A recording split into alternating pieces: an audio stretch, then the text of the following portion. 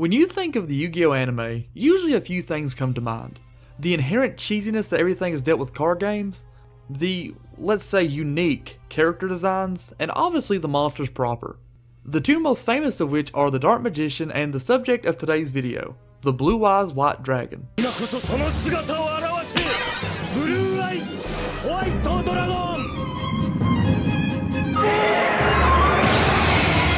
The signature monster of series rival Seto Kaba, the Blue Eyes White Dragon has been a mainstay of the show as an incredibly rare monster and has been interconnected to the history of the show from the very first episode, where Seto destroyed one of the only 4 copies of the card in the world so it can never be used against him. But a question that is never really touched upon is, well, where did Seto get the other 3 copies of the Blue Eyes? And the answer to that question is pretty dark. To elaborate, and for those that don't know, the Yugioh manga, which obviously the anime was based on, had many aspects that were more akin to a horror or a thriller.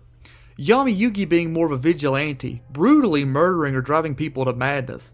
This same tone was carried on with Seto Kaba, who was in one word, psychotic. While we can ramble on and on about the various atrocities that Kaba committed throughout the first couple of arcs in the manga, and I intend to do a video separately talking about just that, I think it's pertinent to look at how he acquired the Blue Eyes White Dragons, as a small window into the kind of man Kaba is at this point in the manga. So with all that out of the way, let's talk about the dark history of the Blue Eyes White Dragon. To find this information, we need to look at chapter 27 of the Yugioh manga, which is the second chapter of the Death Tea arc. Yuki and Jonichi, or Joey, join Kaba in the private opening of Kaba Land. Upon entering the building, Yuki sees his grandfather, Sugoroku Moto, in a soundproof glass box. Sugoroku tries to explain that he was kidnapped and forced here, and screams that Yuki is in danger. Seto explains to the audience that Sugoroku has challenged Kaba and that he has never lost a game. Sugoroku collects himself and promises to Yuki that he will win as the game begins. From the get-go, Seto Kaba explains that Sugoroku is stuck in a box that provides holograms, showing this point by summoning Hitotsumi Giant, showing Sugoroku a horrific visage of a Cyclops that Sugoroku notes is almost lifelike. The game is fierce as Kaba and Sugoroku chip at each other's life points, before Sugoroku draws his card and explains "I win," revealing the Blue Eyes White Dragon. Seto calmly begins setting monsters of his own down on each of the following turns, revealing 3 Blue Eyes White Dragons to Sugoroku's 1. Sugoroku in awe grunts that he has lost, and questions Seto on how he obtained these incredibly rare cards. And here is where we get the explanation of how Seto Kaba acquired the 3 Blue Eyes White Dragons. Now, before we begin, I have to warn that this is a trigger warning. We are going to be discussing suicide briefly, so keep that in mind. The Blue Eyes White Dragon cards were possessed by 3 collectors around the world. 1 in America, 1 in Germany, and 1 in Hong Kong. Kaba forced the 3 to give their cards to Kaba through any means necessary, forcing 1 into bankruptcy, making deals with the Mafia to collect 1, and forcing 1 person to commit suicide.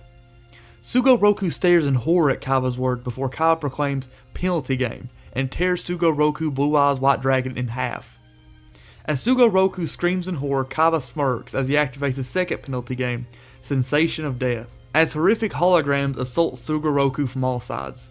Yugi screams at Kaba to get his grandfather out of the box, but Kaba sadistically states that a normal human goes insane after 10 minutes of experiencing the holograms, and if it is not stopped, Sugoroku will be crippled for the rest of his life. Yugi pales as Kaba explains if he wants to stop the simulation, he has to agree to participate in Kaba's attraction, Death Tea, ending the chapter. Wow.